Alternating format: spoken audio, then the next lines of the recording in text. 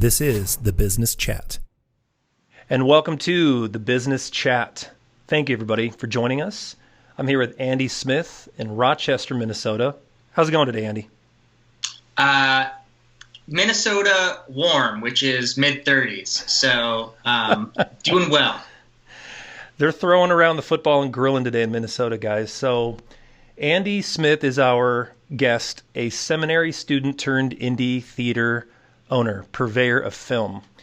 Grey Duck Theater and Coffee House is the name of the business. You can visit greyducktheater.com while you're listening to or watching the business chat today. Andy, thanks so much for joining and taking the time out of your busy schedule. Yeah, absolutely. I love talking about business generally, and of course my business in particular. What kind of small business owner would I be if I didn't take that opportunity, right? Correct. Absolutely. Well, as I was mentioning to you before we started this meeting, that, you know, the little shtick we like here at the business chat, formerly gone by another name that we're just kind of having a good time about here internally, is we like to hear a moment where you get to shine a little light on and give a little nudge to a local brewery, roastery, maker, beverage purveyor of sorts. So what are you drinking today? Yeah, so I do have my my merch here that says, it looks like Business Brew, but it says the Business Chat. Yeah, just typo, believe yeah. me. I am actually drinking our tea that we serve down at the theater. We use a local tea vendor who have been awesome. Mandala Tea is their name. And this is a Dragon Pearl Green China tea, which has been, I should have brought one with me, but they're called Dragon Pearls because they're literally rolled tea with these little tea balls that are hand rolled by workers in China, every single one, and it's delicious. Yeah. It kind of looks a little bit like pea, but it is a delicious green tea. So that's what I'm using. Mandala is, like I said, a vendor right here in Rochester, Minnesota. So we like them a lot. Very nice. Thank you for bringing your drink. You know, when we were putting this format together, Andy, we debated should I bring a drink each time, and the challenge of having to drink a craft beer at each interview it's a such task. A hard life you lead. Yeah, it is. Yeah, it's a real hassle to have to go buy it, to drink it. But we're up to the challenge, and we decided with all these breweries in the LA area, and guests may send them in, that I will join that. So without further ado, I wanted to mention I am drinking Common Space. This is Cool House. It's a delightful little milk stout, which is actually in season for the time of year, but it's way too hot here in LA to be drinking a stout, as it's a stout 80 degrees outside. Rub it in. Yeah. Rub it in. Yeah, so that is Common Space in Hawthorne, California. You can check them out. Delicious beer. They do a lot of neat stuff. You'll notice their cans out here, at least out west, when you walk by and see just some really funky artwork and some strange names, and that's kind of a thing now in craft beer, right? So great. So we've got drinks. Let's do the virtual cheers to move on with this talk, as it were. There you go. Thank you, sir. Great. Well, so we've got our drink, we've got our intro. Andy, again, thanks for joining. What we want to do in this series, is really focus on you telling your story. In my time of both getting guests ready for this show and really before we decided to have this podcast, this video series, there was so many different ways we could approach this from the narrative, right? What to talk about, your vertical, because I'm fascinated by what's happening with theaters and indie theater and film and producing film. But we might be here for a month talking about all those things. So, and I'm good with that, except I think like a lot of things around me might start dying. Probably no one else will be. Yeah, I need to go home, wife and kids. So today, what I'd love to hear from you, with minimal interruption from myself, although I will chime in with some questions, and I know a few of our audience members, if I can call them that, early subscribers, are very fascinated with your transition, right? So as I introduced you as the seminary student, and right now a bunch of people are going, that's me, turned indie theater owner, the floor is yours. Just, you got to take me to where you are today with the flyby, and then I'll, interrupt you proper. So yeah, absolutely. So probably the beginning of the story is my growing up years. So I grew up in the Los Angeles area, I already mentioned, and in the water there's sort of the entertainment industry, as you know. Even, greater LA area, someone who knows someone, or you go down to LA all the time. And especially me, as someone who already loved film, was in love with that whole scene. So I've always had a great love for cinema, what it can mean, what it does, and how it builds community around ideas and visuals and art and all this sort of very interesting things. Sure. That was born both from where I grew up geographically, but also I always like to shout out a very specific shout out. But Lord of the Rings, the movies, they released an extended edition that actually took people in their special edition, like, special features, whatever, from conception, pre-production, through all of the production steps of a film and post-production. The great example I have is they have a whole section in this DVD about color correction, which is like the most boring thing in audio video stuff. Where are you on the red spectrum? Like, they talk about that on this video. And so I always say I didn't just love movies. I always loved the movie making process and the industry around it. And so obviously, despite that love, I didn't choose to do that professionally at first. As you said, I initially thought that I was going to be involved in spiritual things. And so I was studying theology. For that, I moved to study at a college in Chicago. It was right downtown Chicago. This is important because it is at this point, while I was living in the city of Chicago, in a very urban setting, that I started to realize that all of these churches, because again, this was this sort of area that I was in at this point in my life, had these beautiful spaces that normally spent a ton of money on great specs, right? Both audio and visual, because that's kind of the world we live in. You have to have that even in, I was going to say the spiritual industry. That's probably not a good word. In the church space. But they were only used once a week, maybe twice a week, right? Like a midweek gathering maybe, and then on Sundays. And so that was when I started getting into my head using these smaller spaces for something that I was really passionate about, which was movies and film. At that point, I thought maybe just like a pop-up cinema that I would use as part of, maybe a church ministry or something like that, or as a pastor, I would just try to host those every once in a while. So that was like a small idea. As most business ideas, it starts kind of small out there and then sort of grows in the back of your mind for a while. True. Fast forward a little more, I graduated from college, went to grad school, seminary, as you said, to work on my master's degree. Did that, graduated, got my master's of divinity, and then took an internship at a church. And it was during that year, again, this is too much to get into as far as the reasons behind this, but basically I decided that was not going to be my career choice, that I was not going to be professionally involved in churches in that way. So that is the same year, so that's 2016, I believe. That is the same year that another important film came along in my life, and that is La La Land. Which probably a lot of people know. Why was that? So we can pause on that. Why was that such a polarizing film? Because it seemed as though people loved it, or I wouldn't say hated it, but were wildly indifferent about it. Because I thought that was a fantastic film myself. I think. Here's a moment where you can show us some of your film critic prowess. Because I'm genuinely curious what your take is in 30 seconds. Why was it such a? In my opinion, I think that was a very divisive film from the critic standpoint.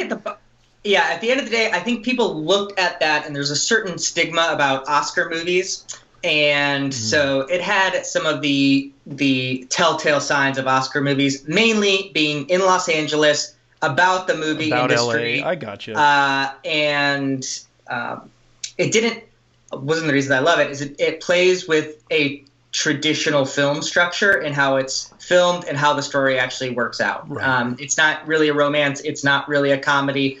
It's not really a musical. It kind of. So you're saying, I totally hear you. Yeah. So, and a lot of folks listening who know the movie, love the movie, or don't care, or the most popular, hated the ending. So what you're saying is the nostalgia and the blueprint was what set it up to have a bit of a Achilles heel when it came time for awards, right? It was a bit of of course they're going to give this movie the award, but we can't, and that's a little bit of the politics within the Oscars. I won't get into either, but yeah, sure, okay. And it's Damien Chazelle is a young director. And the interesting thing also, the other movie that won that year, Moonlight, is another one of my favorite films of all time. Sure. And that was by Barry Jenkins. It's an incredible film by a black man about the black experience, especially as a gay black man. He's not a gay black man, but it's telling the story of a gay black man growing up in Miami, if you've seen Moonlight. And it's a fantastic film. And so, rightly or wrongly, what award season does is it pits pieces of art against each other. I think both of those pieces of art are fantastic, but unfortunately, even in like the entertainment sphere, in the critic sphere, people felt like they had to choose sides, which I think is unfortunate. So I think it was getting flack from both sides, right? People who don't really like artistic / like non-traditional storytelling in movies or whatever aren't going to love it. I always call that kind of my dad side of things, like my dad who watches movies. Not in a bad way, but they like their more traditional movies. And then in the more artsy community, I think people really liked Moonlight, and so they chose to sort of look down. So I think that's why it was. But to get back to my story, get back to why that was pivotal for you. So that film comes out, it's 2017, and yeah, it's interesting because this ties back in because the ending I love in that movie because I don't think I have to be nervous about spoilers. Basically, both of the main characters choose their dreams and what they want over the love they have for each other. They decide their love for their dream is greater than the love they have for each other, and it's simply not going to work out. They're not bitter about it. It's not like a angry breakup, but they choose dreams over whatever else they had in their life. Yeah, romantic passions and sure. Yeah. So for me, it challenged me to ask, what are my dreams, and have I gone after them with that same vigor? Not in the sense of like, I'm breaking up my romantic relationships in the exact same way as La La Land, but I really asked myself after watching that film, what could I do if I was doing nothing else, and what's stopping me from doing that? Right. And that didn't happen immediately. It wasn't some storybook ending where I sat down and then I had the plan for Great Egg Theater and Coffee House, but I challenged myself for what I was doing in life. After that, I had sort of a pilgrim stage where I was working at a couple different jobs as I was figuring out what to do. I worked as a salesman for a little while, worked as a teacher for a little while. And it was while I was working as a teacher that I started formulating the plan of a small micro cinema. I came in contact with that verbiage, a micro cinema, through finding a guy in New Orleans who had done something similar. And connected with him, talked about it, and started learning about the industry, how I could make this work, what it meant to be a micro cinema. And what I really... Interesting. Yeah, so maybe I should go back and say what a micro cinema is. So people are used to cineplexes, right? Most people probably, when you go to see a movie, you go to a big mall, and you go to a huge parking lot, and you go and you buy your ticket and you go sit in one of the 10 the candy's very affordable. It's usually bargain. Yeah, no, exactly. That's right. They murder you on that. I'm sorry. I got it backwards. Yeah. For small popcorn and a spray of soda. Sure. So that's how things have evolved, and that comes from the blockbuster culture of the 80s and on through the 2000s, and a lot of money being thrown into the movie theater. I am not a huge believer in that. I think it's impersonal. And I think it takes out a lot of both the sexiness of the movies, but also the importance of the movies and how it builds community, how it brings people together while they experience this artistic piece or this just fun movie together at a time. And so I became involved in something called the micro cinema movement, which seeks to have one theater that is smaller, both in how many people can sit in it, and is locally owned and more curated for the local audience that it's a part of. So generally, even in a megaplex, each theater will sit 200 to 500 people, and there's like 10 different cinemas normally, right? Right. My theater that we opened here has one cinema, and we seat at most 66 people. So you can imagine the difference there. Sure. But the also important for the micro cinema movement is we love film, and so we don't want to sacrifice quality as far as audio, as far as visual, as far as experience.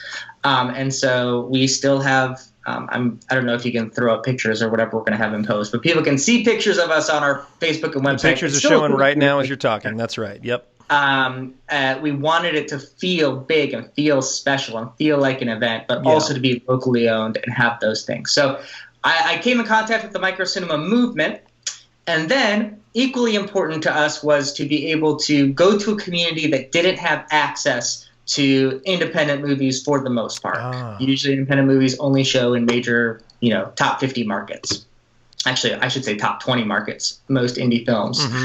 Some even don't go further than, top 4. You're, Chicago, LA, New York, and like sometimes Houston, sometimes, other San Francisco. But generally, it's going to stay in those major cities. So our goal was to find a city that had north of 100,000 residents, but also didn't have anything like an independent movie theater. Right. Again, this is a long story that we could get into or not get into, how you want. And eventually we chose Rochester, Minnesota, it's about an hour and a half south of the Twin Cities, Minneapolis, St. Paul.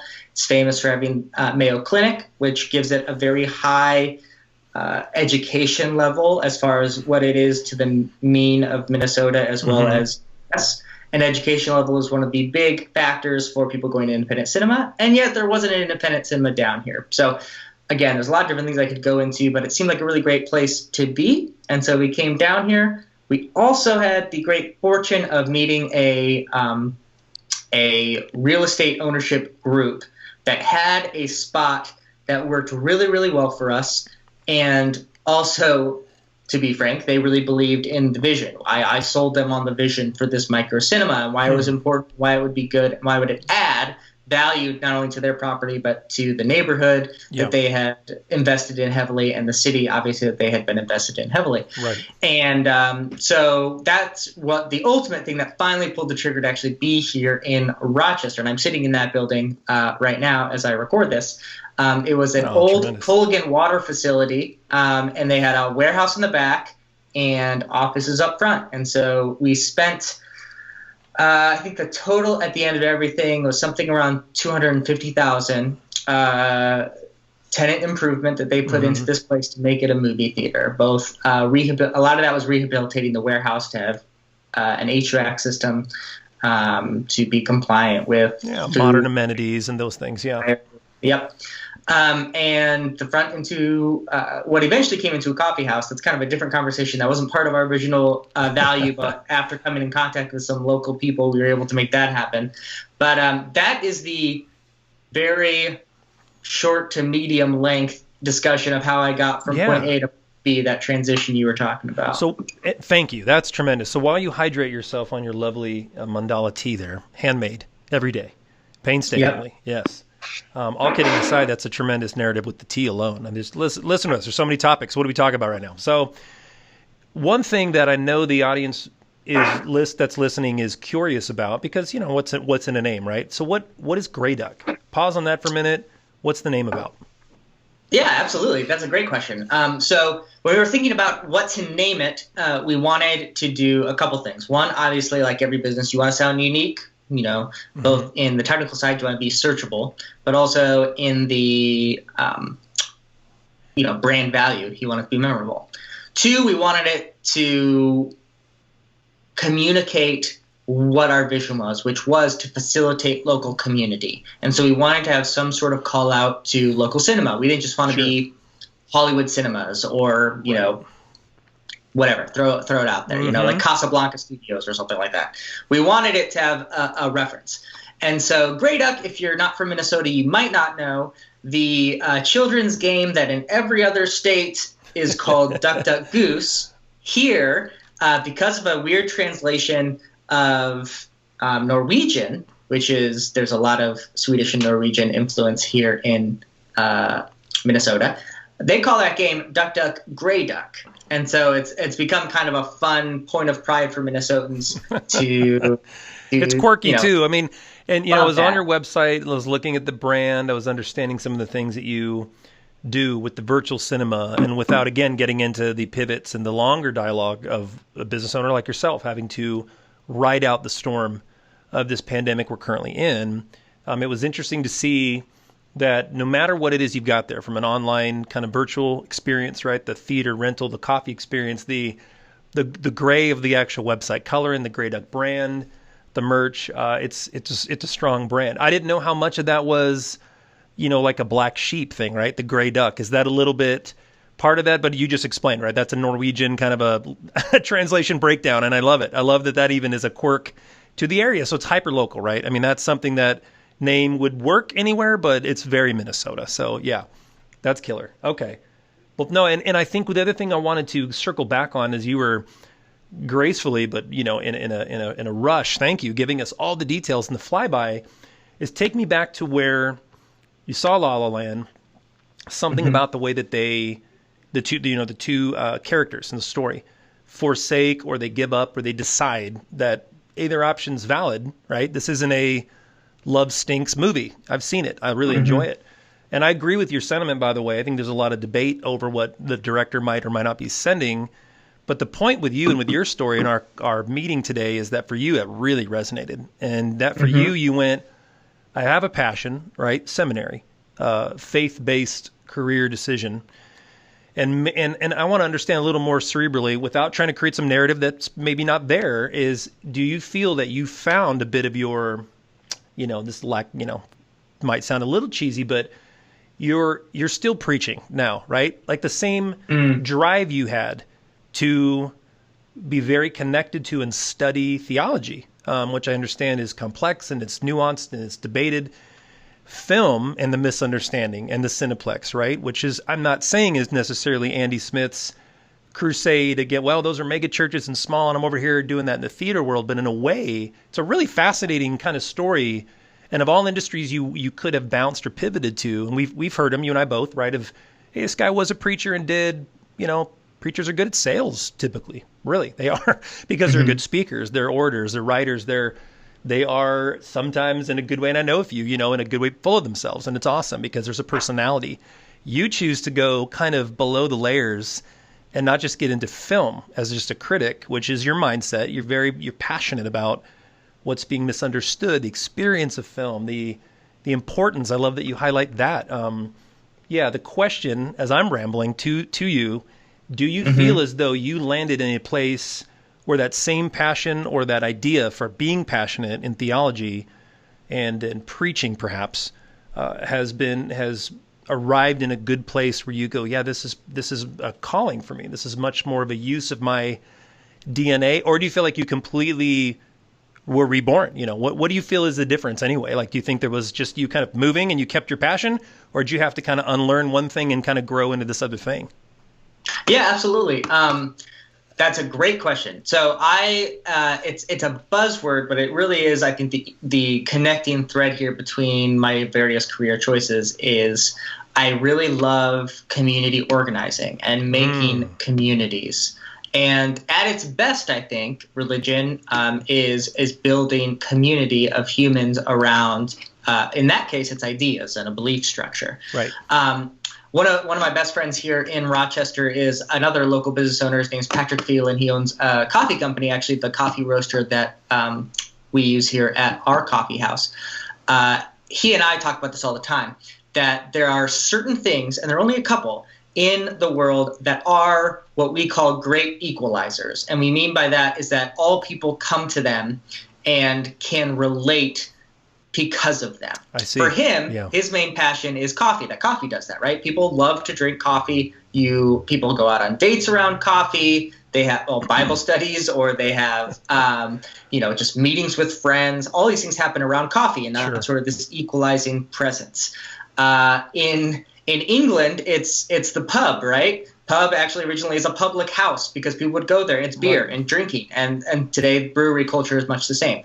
For me, I also view movies as that equalizer. Interesting. Today, I think movies are the preeminent entertainment experience, right? Sometimes, in the past, maybe it was symphonies. In the past, maybe it was paintings. Those things still exist. People still love those, operas, all that stuff. But most people on the street have a favorite movie, or they've gone to movies, or they can talk about a movie that they really love, or they can at least have the sense to go see a movie really of any genre, and whether they like it or not, they can appreciate certain things of it, or they're ready for the medium. And so it's that community build that people can have connections with, learn, have a fun time with, laugh because of those things. It's a great equalizer. The great critic Roger Ebert always said that films are the greatest empathy machine in the world because they force you to be in someone else's shoes. And that can be for comedic purposes, entertainment purposes, or really important purposes. I mean, I think movies have had an indelible effect on things, I think, from politics to religion to my fashion to, whatever other superfluous things. Our existence. And so I exactly. And so I love that about movies. And so I want to facilitate that. So we don't just We do show films, but we also do several ways of trying to facilitate that conversation. We often have Q&As after our discussions with local nonprofits that are around the ideas that we are doing. Like, just as a fun example, we showed a documentary about beekeeping. There's this great beekeeping documentary that came out last year called Honeyland, about beekeepers in Turkey. Okay. Obviously, I don't have beekeepers from Turkey in Rochester, Minnesota, but I do have local beekeepers. And so they came in, called the Bee Shed, and they literally set up a little booth. They sold some of their honey, and then they had a Q&A about all that they do, why they do the things that they do, what it means to have pollinators involved in our ecosystem. And it was this great, learning moment. And I know people in our community who came to that event, and now they don't host bees, but what they did is they planted pollinator-friendly things instead of just a regular lawn, which is harmful for pollinators. So that's just like a small thing that you wouldn't think of, but has impact on the community. I'll say one more example because I love talking about this. Please, go ahead. We showed a documentary. I'm forgetting the name of the documentary, but it's about the border wall between Texas and Mexico. I think I know the one you're talking about. It's basically an adventure documentary where these guys just try to follow the border, showing how difficult it is, how the terrain is difficult, and why this wall is not really a good amount of money. Right. And that it's this beautiful land that should be preserved and not destroyed by man-made buildings. Anyway, things like Big Bend National Park, if you've been to Texas, it's just this gorgeous area. And so we showed that, but not only did we show that, we added $2 to our normal cost of $8 tickets, so the tickets were $10. And those $2 we donated to Raíces, which is a nonprofit that works with immigration families and their legal troubles as they're coming to the United States. And we were able to raise $3,000 because of that. So and donate that. So I think film makes a big difference in people's lives, and we want to direct that and create a place for that here in Rochester. Yeah, wow, and what you basically just said that I picked up on is events. And so whether they are virtual, the conversation exists online for the time being, again, while we're riding out this thing globally, your passion, as you just talk about it, is people getting together. You learn something new, it's educational, but I love the core point is it's equalizing. It's a centering thing to say, yeah, I'll go see a movie. I've seen a movie. Movies just are disarming. The whole topic of a film is, again, it's theatrical. It's a story. It could be based on a real narrative, right? It could be biographical. But as you said, to quote the great critic, it's the ultimate empathy empathy vehicle, rather, so you can actually be in somebody else's shoes. And that's powerful. And when, you're talking about the pivot you made back to your career change for a moment and kind of addressing our listening audience who can be anybody, honestly, but to the folk out there that are thinking through the same kind of thing. They may not be in, seminary, but definitely going, I'm also passionate about events, maybe specifically film. I know the journey that you began as you took that rather sharp pivot, although mentally I think it was leading up to this, to pull out of seminary, kind of tell friends, family, I'm not doing this. They go like this, the shock. I'm having to kind of unwind things that I wound up and now turn and face this thing of raising money, of finding a location, of building a brand, getting a website up. And I'll go further with you. It's popcorn machines, it's seats, it's a projector. There's a lot to do. Each thing I just named is an episode. So without doing that, help me understand and help the listeners understand for you, because I saw a lot of this as you and I were talking about this journey. And as we're showing various images now to the viewers that can see the video version of our meeting, what would you say was the most challenging? You kind of went, wow, it's happening. This really is a lot more work, because there's a momentum element, there's adrenaline, and there's things that go well. But what for you was sort of either a speed bump or just a moment of just pure exhaustion or trying to set up the physical building where you really went, this is real? And no one really gave me no one needed to, but there wasn't a briefing that it was going to be like this hard or whatever, So yeah, what was the hardship for you? Oh man, so much. I will say, from if you could focus on one, to help people listening. That's right. The first thing to always recommend, and this is something that should be normalized in sort of our business culture for real, Right. is that like mental health is real. My whole life, I've never had difficulties with stress, even in school, anything like that. And I've been a small business owner now for 3 years. And for the first time, I am on some anti-stress drugs. And I had to go to counseling for a little while because I was getting overwhelmed with this. So, Right. I mean, there's definitely going to be stress. And for me, actually, interestingly, it's not stress about particular things. It's sort of a background stress all the time. Sure. Not anymore. Again, talk to your doctors, go to a counselor. There's help out there. Don't deal with it yourself. But for me, just the overall like tension of having all of this on you really gets to you. But in a more specific sense, I mean, you have to be willing to I was going to say fail, but that's not – I never really failed. But I mean, like, for 8 months, I was living with my in-laws while we were waiting for renovations to be done. Like, my wife and I were living – I mean, no one wants to do that. Right. It was unforeseen. Construction took longer than we thought. We had a hiccup with our local government here where we didn't get a permit, blah, blah, blah. That's too long to talk about the specifics there. But that sucked, you know? No one wants to do that. A global pandemic happened in our second year of business. Like, there no one could, that's a hurdle that no one could see coming. And I had to get used to writing grant requests, something I never thought I would do. Yeah. I think the biggest hurdle, and maybe getting back to your original question, I always tell people, as a small business owner, you have to be an expert in like too many fields for you to actually be an expert in.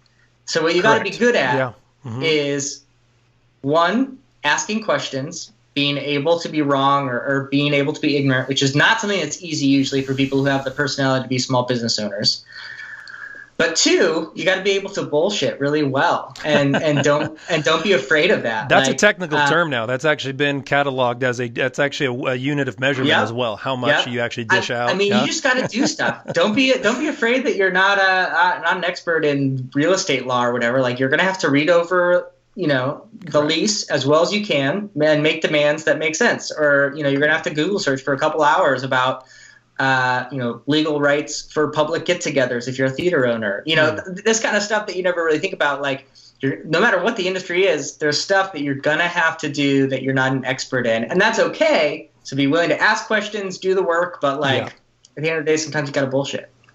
And what else I heard you say? The other thing I heard you say in there was just a teachable spirit, an attitude that says every day something new is going to come, and you inherently can't have the answer. We talk about this in my day-to-day in digital marketing at the agency. I talk about this with friends. We're coming back, I feel like, a culture. There's some good things happening in general in business and in thought leadership, entrepreneur life. And that is a humility kind of spirit saying, we're going back to bringing in a consultant for that space, right? If you have one, if you can afford that kind of thing, that propensity more than everything's this DIY mad dash to try to do it yourself. And your story is a DIY story. Without making it about that piece, I think a lot of what I hear that you did, and I'm looking at kind of the notes, before we talked and as we're listening to you now, it was Andy putting it together and all the while being, again, teachable, flexible, ready to pivot. Here we are talking amidst a pandemic, almost at the year anniversary, if there's such a thing. I don't think you do anniversaries for these, but we're about to clock a year, and Grey Duck's open. You've found ways to ride it out, as they say, right? Where if we, and another conversation could be about the multiplex or cineplex model has a few weeks to ride these things out. And a lot of ways you've crafted what you've done, I think, is utterly fascinating to entrepreneurs now looking at investing in folks like you. I think younger audience listening, finishing in the middle of college, are thinking, I love events. I can also do this. I've curated experiences. I love film. And they're encouraged by Andy Smith's story that, you're showing the humility that stress builds up, that you need to be able to be teachable. And like you said, look for a way that you can, offload the stress and be ready to deal with something that you probably have no idea about. And that, I think that mix, as you're talking, is one of the more unsung songs, right? The untold story of the somewhat lonely life, right, of the entrepreneur. The visuals on the outside, you own a business. It's a theater. That's cool. All true. As we're putting up some imagery again of your theater in the early days, the one that sticks with me is you made it, I think, into a publication of sorts, Andy, but I remember the image because we were in touch then of you making some kind of wild hair road trip to go pick up theater seats. And talk to me about that vignette moment as one of the final stories as we're sort of wrapping up, because to me, that picture of, I don't know if it was hot or cold outside, but you physically lifting those things into a U-Haul and driving them across the country, that really to me separates the business owners, the visionaries, from, again, the skeptics, the people that can read about this in a textbook. Tell everybody that story, because that's an interesting moment in the pivot for me as the guy watching you going, oh my gosh, this guy's doing this, you know? Oh, it's crazy. So as I said, a lot of the initial startup cost we rolled into our TI lease here at the beginning at our place. But there are certain things of equipment that I just had to buy, right. With invest money. And so there wasn't a movie theater chair store down the street, is what you're trying to say. That's right. Yeah. Amazingly enough, those don't exist. So one of the big ones was chairs, projector, and screen. Sure. All of those have crazy. There's some other ones, but those are the kind of the big three. All those are crazy stories about how we got them and having to figure that out. Yeah. But the chairs are the best one. So I'm looking for chairs. eBay, there's weird websites that have like HTML from 1990 that's like theaterseats.com. Pop-up ads. You look at those places, trying to find stuff. Yeah. And eventually on eBay, I saw this ad for, I think it was 120 seats of just these gorgeous seats. I'm sure you have a picture that you can show them. They did not look that good at all in the pictures, but I could kind of see the possibility. They were at a community center in a small town in Massachusetts that I'm forgetting the name of right now, about an hour north of Boston.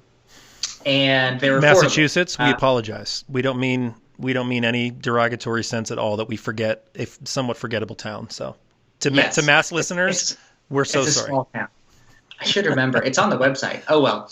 But it had actually been in this community center since the 1930s, at least as far as we know, right? Oh. I can't verify that at all, but that's what the seller was verifying, and the seats check out based on how they're built. Anyway, they were great. We wanted them. Bid it on them, talked to the guy, got it done, we bought them.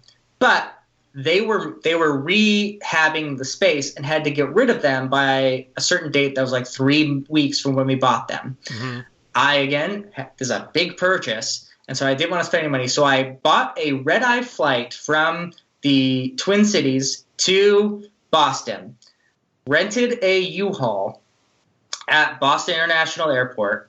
So I fly overnight. I didn't want to pay for a hotel. So I went from like 12 until like 5 a.m. Got there at 5 a.m., got the U-Haul, drived it north, got to the church. And when I get there, the guy had told me that a couple people were going to be there to help us load up, and apparently that was not true because it was just me and this older man, and there are very heavy seats crowding hundreds of chairs into the people are probably looking at a picture right now, like sky high into this 15-foot U-Haul. Yes. Close it up, and then me by myself drove it to Detroit, where I have family. The closest family I have on that side of the country is in Detroit. So I think I made it as far as Cleveland before I collapsed and had to sleep a couple hours in the car, at a rest stop, and then continued on, got to Detroit, and then the next day continued and got it all the way here to Rochester and put it in the back of the theater, again with just me and I think my brother-in-law,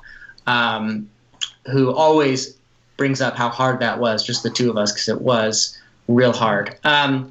Is there a moment where you're telling yourself, I'm crazy? 24-hour turnaround. Yeah, I'm insane. I'm in this U-Haul. I'm tired.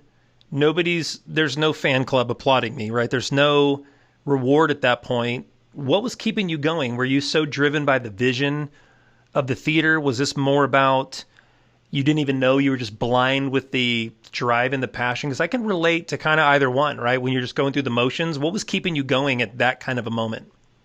Yeah, so a very specific moment was that moment I mentioned in just outside of Cleveland. Yeah. Like, if you've ever been in a U-Haul, they're not made for you to lay out in. Like, I was like snaked around like the shifter in the middle, and then the two kind of seats that I'm trying to lay out in some comfortable position that there's no way I could have slept except that I was exhausted. But like you said, that drive, I remember the overall emotion I had was just the excitement that this was real. Because that was the first like big purchase we had made. We were still waiting for a lot of like the improvements to take place in the area, so it didn't look real.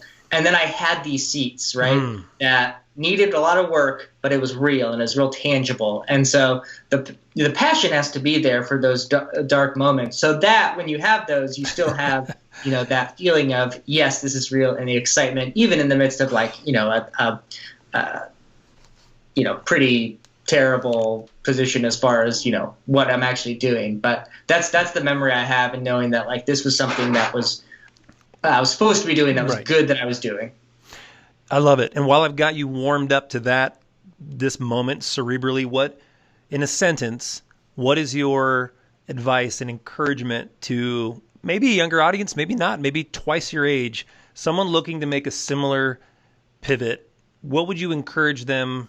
How would you encourage them in your own words? What would you say, whether that's technical advice, right? Go get funding from Chase Bank, or it's follow your dreams. But what do you feel like is the most helpful thing to throw out, as hard of a question as that is, to somebody looking specifically to get away from one thing and go into another? But I'd say even film, because I think a lot of folks today are hearing you going, that's a model I want to do in my city, right? Which I'm sure you would be you'd be excited to hear somebody's hearing this, watching this, going, you're my idol, man. That's great. And I want you to have a moment to speak to them if they're listening. Yeah, I'll take that little bit at the end first, because that's an easier thing. We can have a whole discussion about the movie industry and what I believe it's going. A lot of people talk about movies dying. I think, kind of what I talked about before, it's the megaplex version of the movie theater that is going to die, and my version of the movie theater that is going to spring up everywhere. I'm not doing this for nostalgia. I'm doing this to be innovative. I think the micro cinema movement is an innovation on movies, that is how people are going to want to experience them. Because I love Netflix. I love streaming services, but it isn't the same as that experience of going to the movies. Yeah, I agree. I can talk all about that as I want, but that's if someone specifically is thinking about micro cinemas or that kind of thing, that's, I think, the mindset is like that we are going to be the future of movies, because people still will always want to go to the movies. The example I always use is everyone can cook food at their own house, but there are thousands of restaurants in the world. And I think the same thing is going to be true of visual entertainment. Anyone can watch YouTube and Netflix at their house now, which is great. I actually think it's going to help that we have more smaller places that can house theaters. I think it'll expand people's horizons. Sure. So I have a longer spiel on that, but that's kind of the little thing. You should blog on that. You can link it to our site. How about that? Blog on it, and I'll make sure we get it backlinked. Yeah. We'll get there. For a broader thing, I mean, I think the most broad thing that I can say is you'll survive. Like, I remember, especially when I was thinking I wasn't going to work in the church, which I had gone to school for 6 years. I had 2 degrees in, and I for a second I struggled with like this purposelessness. Like, what am I going to do? And I think anyone who's been doing something and is going to switch to something else is going to struggle with that. But now on the other side, like, it was hard, but it's such a healthy decision. Not just that I'm doing what I'm doing now, which I like. Even if the business had failed, which was very possible early on in COVID, I still think it was the right choice. Like, that's not where my passion was. That's not what I wanted. And you only got one shot at this whole life thing. So, I was also a caveat. Also, like, I was very privileged in the fact that I had no student loans. A broad spectrum of things. I'm a white man, which makes it easier for me to get loans. Like, there's all kinds of things we could talk about that help. So I don't want to give the pressure of everyone needs to do, what they can do. Some people are, where they're at, and that's okay. But for those people who want to do that, like, you are able to make that change. You'll survive. And even if you change and it fails, I think you'll still be happy on the other side that you didn't just kind of stay in a rut when you felt it was a rut. So in closing, I'm going to say your Mia in the La La Land analogy was the seminary, was a viable, you'd invested, right? All that time. And everybody to the left and to the right of you, no metaphor there, was very much expecting the expected thing. And the little bit of that was felt in that movie, right? Like, oh man, they missed it. You had to work through that. And you had to go through the anxiety, the stress. But at the end of that movie, I think you and I both agree, there's a grin the two characters have. Me and Sebastian look at each other, and there's a longing, there's just a rush. And actually, the director did I think a marvelous job cutting to this very two-dimensional montage thing, and it's song and dance, and it's very Humphrey Bogart, and it's very nostalgic. But it's them kind of going, that would have been. But there's still a little bit of it's going to be okay, kind of like a grin. I love the way it closes, and I don't disagree with people who don't like it. That's okay. If you want the hero to win, that's not your movie. So that's your story. Here you are with it's okay to overgeneralize a very complex time in your life where you said, I'm going to go this way. And you're basically saying it'll be okay. You'll survive. Hang in there with if you are following the true passion and true dream, like we see, Sebastian and Mia in that story. I think the undertone, and I'm curious what your ultimate and in conclusion, your feedback on that point is if folks do make that hard pivot, sever, follow the dream, go through that up and down of the critics in your life, or not maybe even so much that, maybe it's just your own self, I think is the worst, the remorse, right, of making the decision, making the pivot. And you're always having to let go of the fact that was my life. I put 6 years, 10 years. I mean, for some people listening, Andy, and I'm meeting folks routinely that are 30 years into a career going, I think I have another passion. And how exciting to hear your story and for them to go, whether this young man, Andy Smith, is younger than me, my senior, it's an encouragement because I think you were true to yourself. I see you are smiling. You're a bright, enthusiastic individual. You're passionate about film, about community. And yeah, I want to give you the final word here, but I really have to crack up. You brought up La La Land, not me. And that I think is the metaphor here is you kind of, that was your Mia, and the jazz club is your Great Duck Theater, man. What do you think of that? Yeah. I mean, I'm stretching here maybe, so. No, I don't think so. That is exactly what I take from that film, is that's what could have been if they stayed together, but they both chose not to be together and went after their dreams, and they're okay with that. And both things are good, and both have some sadness in them, and that's how life is. I started this business, but like I said, I have struggled with mental health more than I had before, or I had to drive overnight from Boston to here. There's always give and takes, sure. But I do think that going after that dream is worth it. So yeah, I buy into the analogy. Yes. Oh, tremendous. GrayDuckTheater.com. Grey Duck Theater is the business. Visit the website. Check them out. If you're driving and listening, Don't do any such thing. When you get home and you can safely visit the website, check out all that Grey Duck Theater is doing. Andy, it's been a pleasure. Thanks for joining me, for taking 40 some odd minutes out of your day. And again, thanks for saluting earlier on with your business chat mug, the typo mugs. That's right. So a final virtual cheers to you, my friend. There we go. Thank you so much for having me on. I'm glad you're doing this. And thank you so much. We will be in touch. Thanks so much, Andy. Take care.